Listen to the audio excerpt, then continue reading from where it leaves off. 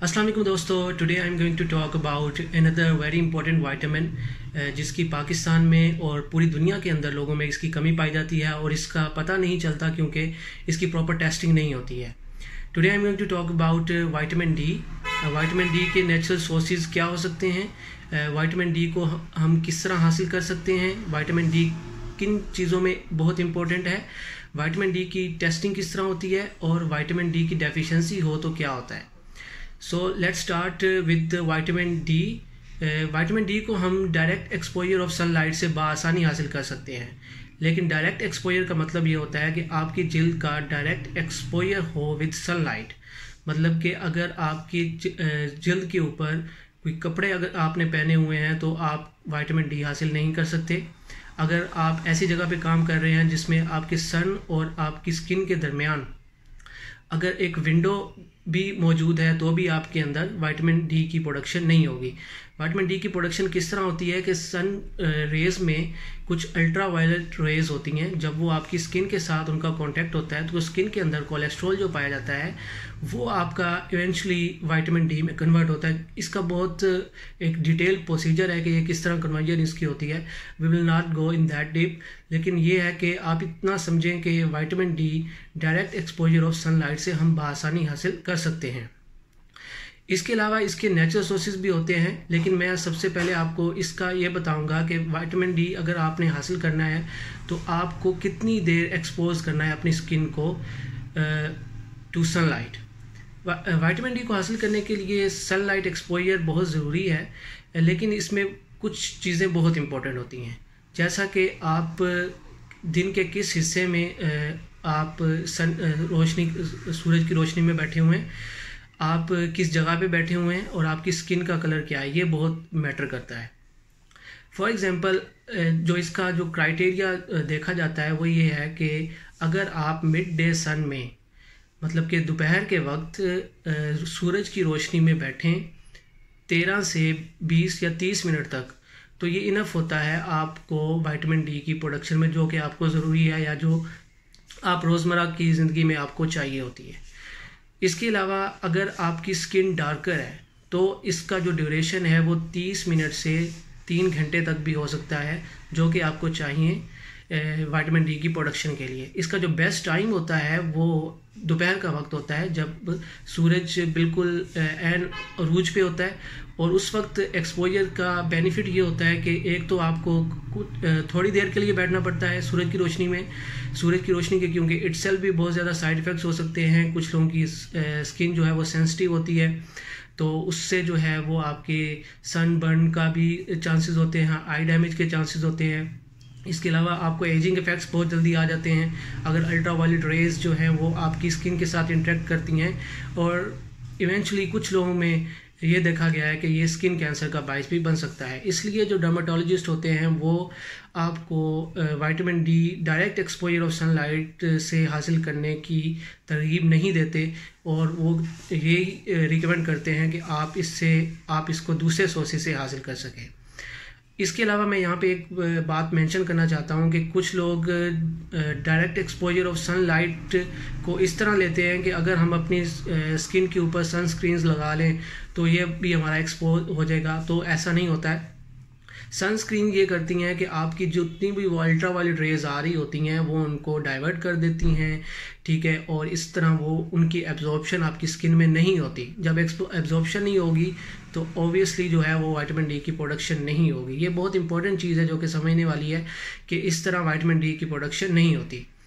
इसके अलावा vitamin D के जो सोर्सेज होते हैं इसको एक्सप्लेन करने से पहले मैं आपको ये बताता चलूँ कि वाइटामिन डी एक्चुअली 2 टाइप्स का होता है। एक वाइटामिन D2 होता है, एक वाइटामिन D3 होता है, जो ह्यूमन ब्लड के अंदर ईजिली जो लेवल्स को मेंटेन रखता है, डेट इज़ वाइटामिन D3, जिसको कोलकैल्सिफेरॉल भी बोलते हैं। अब जो वाइटामिन D2 होता है ये बेसिकली प्लांट सोर्सेज से हासिल किया जाता है और ये बहुत ज़्यादा पाया जाता है मशरूम्स के अंदर। इसके अलावा जो वाइटामिन D3 होता है ये एनिमल प्रोडक्ट्स वगैरह से हासिल किया जाता है, जिसमें फोर्टिफाइड मिल्क, फोर्टिफाइड योगर्ट, इसके अलावा ऑरेंज जूस के अंदर भी वाइटामिन डी पाया जाता है।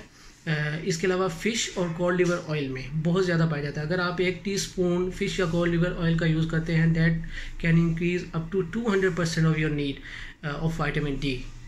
तो ये एक बहुत रिच सोर्स होता है विटामिन डी का। Fishes are the rich source of vitamin D. अगर आप इसको रॉ फार्म में खाते हैं तो भी, लेकिन यहाँ पे एक चीज़ बहुत इंपॉर्टेंट है। लोग समझते हैं कि जी हमने तो फ़िश खा लिया तो जी हमारी विटामिन डी की कमी पूरी हो गई है। ऐसा नहीं होता है। अगर आप अपनी डोज और आपकी ऑप्टिमम जो रिक्वायरमेंट है उसको देखें तो उसके लिए आपको बहुत ज़्यादा फ़िश खानी पड़ेगी, तब जाकर आपकी रिक्वायरमेंट पूरी होगी। तो इसको जो है वो मल्टीपल सोर्सेज से हासिल करना चाहिए ताकि जो आपकी रिक्वायरमेंट है वो पूरी हो सके। यहाँ पे एक चीज़ मेंशन करना बहुत इंपॉर्टेंट है कि फोर्टिफाइड मिल्क या फोर्टिफाइड योगर्ट ये क्या चीज़ें हैं। एक्चुअली जो विटामिन डी है वो मिल्क के अंदर बहुत कम क्वांटिटी में पाया जाता है। तो फोर्टिफाइड मिल्क वो होता है जिसके अंदर इनको ऐड किया जाता है, विटामिन ए, विटामिन डी वगैरह को ऐड करके किया जाता है ताकि वो आपकी जो ज़रूरत है उसको पूरा कर सके। इसके अलावा विटामिन डी एग यॉक के अंदर भी रिच क्वांटिटी में पाया जाता है, तो आप इसको वहाँ से भी हासिल कर सकते हैं। और एट द एंड इसके ऑब्वियसली सप्लीमेंट्स भी मौजूद होते हैं, लेकिन सप्लीमेंट्स को आपने अपने डॉक्टर के मशवरे के बगैर यूज़ नहीं करना। नाउ वी विल डिस्कस के विटामिन डी के क्या बेनिफिट्स हो सकते हैं ह्यूमन हेल्थ के ऊपर।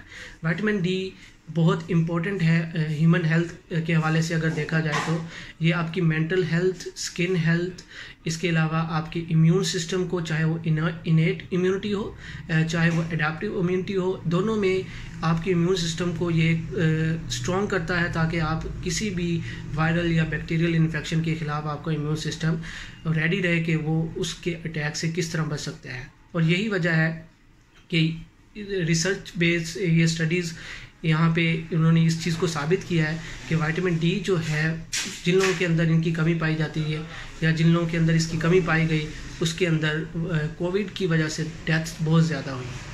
तो आप लोगों को चाहिए कि आप इसको जो है आप देख सकते हैं कि ये आपकी सेहत के लिए कितना इम्पोर्टेंट है। इसके अलावा विटामिन डी जो है वो स्किन कैंसर के हवाले से और डायबिटीज़ और हार्ट के पेशेंट के अंदर भी काफ़ी इम्पोर्टेंट है। विटामिन डी की जो कमी है उसके अंदर अगर देखा जाए तो बच्चों में ये एक बीमारी है जिसको रिकेट्स बोलते हैं, जिसके अंदर हड्डियां जो हैं वो कमज़ोर हो जाती हैं और टेढ़ी हो जाती हैं, बच्चों के अंदर देखा गया है। इसलिए बच्चों के अंदर भी इसको विटामिन डी को रिकमेंड किया जाता है। मोस्टली जो विटामिन डी की डेफिशिएंसी है वो बच्चों में, बूढ़ों में और ख़वातीन में पाई जाती है, क्योंकि इनका exposure to sunlight, direct exposure to the sunlight बहुत कम होता है। इस वजह से इनके अंदर डेफिशिएंसी भी ज़्यादा होती है। इसके अलावा जो अगर इसकी डेफिशिएंसी के हवाले से देखा जाए तो विटामिन डी की डेफिशिएंसी जो है वो मसल वीकनेस, बोन वीकनेस, इसके अलावा हड्डियों और जोड़ों में दर्द, मसल की ट्विचिंग, इसके अलावा विटामिन डी की डेफिशिएंसी जो है वो आपके हिप जॉइंट्स और जो नी जॉइंट्स होते हैं उसके अंदर बोन फ्रैक्चर का बायस भी बनता है। इसके अलावा विटामिन डी की डेफिशिएंसी जो है वो हड्डियों में भुरभुरापन का बायस भी बनती है।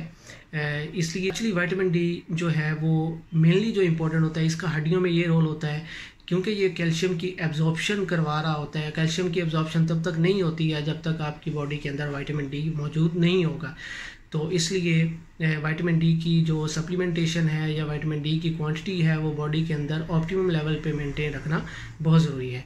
अब हम ये देखते हैं कि हमें कैसे पता चलेगा कि जी हमारे बॉडी के अंदर विटामिन डी की डेफिशिएंसी है। एक तो ये सिम्टम्स हैं जो मैंने बताई कि अगर आपकी हड्डियों जोड़ों में दर्द है या आपकी हड्डियों में भुरभुरापन है या आपके जो है वो फ्रैक्चर्स ईजिली आपकी बॉडी में हो रहे हैं, तो इसका मतलब है कि आपकी बॉडी में कैल्शियम की कमी है। और कैल्शियम की कमी का मतलब ये है कि आपकी बॉडी में विटामिन डी की कमी है।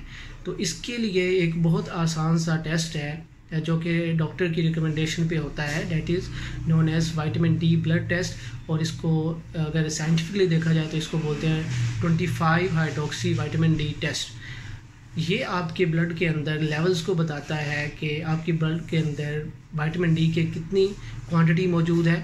अब ये हेल्थ प्रोफेशनल्स डिसाइड करते हैं कि आपके उन लेवल्स को देखते हुए कि कितनी क्वांटिटी मौजूद है और कितनी होनी चाहिए थी।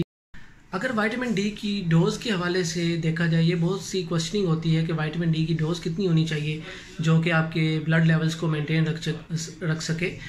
तो इसमें ये देखा गया है और साइंटिफिकली रिसर्च से ये साबित हुआ है कि जो बच्चे होते हैं जिनकी एज 2 साल से कम होती है, उनमें 400 इंटरनेशनल यूनिट से 1000 इंटरनेशनल यूनिट्स तक आप उनको डोज दे सकते हैं। That is safe for them. अब इसमें जो है विटामिन डी के जो ड्रॉप्स हमारे पास अवेलेबल होते हैं, that is in the strength of 400 international units. तो 400 इंटरनेशनल यूनिट्स के जो वो ड्रॉप्स होते हैं वो उनमें वो 10 ml के अंदर मौजूद होते हैं, और वो आपने उनको 1 to 2 ड्रॉप्स डेली देने होते हैं। तो that is enough for them.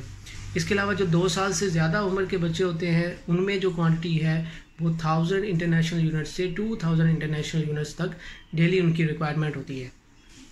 अब जो एडल्ट्स होते हैं उसके अंदर फिर डिफरेंट क्वांटिटीज़ होती हैं, जो कि आपके हेल्थ प्रोफेशनल्स देखते हैं कि आपके अंदर विटामिन डी की कितनी डेफिशिएंसी है, और उस हवाले से आपको फिर विटामिन डी के सप्लीमेंट्स की डोज का तयन करते हैं। इसके अंदर 500 इंटरनेशनल यूनिट्स के अंदर भी कैप्सूल्स मौजूद होते हैं जो कि सॉफ्ट जेल फॉर्म में आते हैं, और 2 लाख यूनिट के भी कैप्सूल्स सॉफ्ट जेल फॉर्म में मौजूद होते हैं। 2 लाख यूनिट का जो कैप्सूल होता है वो मोस्टली जो है वो 15 दिन या 1 मंथ के बाद यूज़ करने का कहा जाता है। ऑब्वियसली ये डिपेंड करता है कि आपके अंदर विटामिन डी की कितनी डेफिशिएंसी मौजूद है। So that was it for vitamin D. I hope that was helpful. अगर आप लोगों को लगता है कि मेरी वीडियोस जो हैं, कंटेंट जो है वो इंफॉर्मेटिव है या किसी हवाले से भी आपके लिए हेल्पफुल है, तो आप मेरे चैनल को सब्सक्राइब कर सकते हैं। मैं अपनी वीडियोस में हेल्थ के रिलेटेड जितने भी टॉपिक्स हैं उनको कवर करने की आसान ज़ुबान में कवर करने की कोशिश करता हूं, ताकि लोगों को नॉलेज हो सके, क्योंकि बहुत सारे लोगों को हेल्थ के हवाले से इंफॉर्मेशन नहीं होती और वो डॉक्टर्स के पास जाने से हिचकिचाते हैं और उनको अपनी डिटेल्स नहीं बताते, और ऑब्वियसली जो है कुछ फाइनेंशियल इश्यूज़ भी होते हैं लोगों के। तो मैं अपनी वीडियोस में कोशिश करता हूं कि जितना बासानी ज़ुबान में समझा सकूं लोगों को कि उनकी जो हेल्थ प्रॉब्लम्स हैं वो क्या हो सकती हैं और उनको किस तरह ट्रीट किया जा सकता है।